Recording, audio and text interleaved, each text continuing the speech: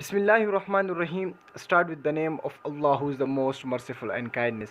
So today we will study about science. आज हम science के बारे में पढ़ेंगे. बहुत से स्टूडेंट को साइंस के बारे में पता नहीं होता कि साइंस किसे कहते हैं.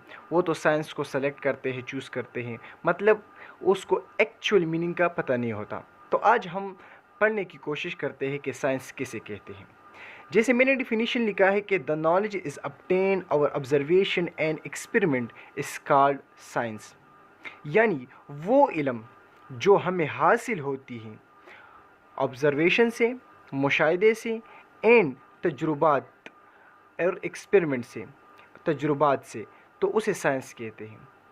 अब मुशाहिदा किसे कहते हैं? ऑब्जर्वेशन मतलब एक चीज़ को आपने कभी नहीं देखा और उसको आप देखते ही उससे नॉलेज हासिल करना, इसे ऑब्जर्वेशन कहते हैं, मुशाहिदा कहते हैं.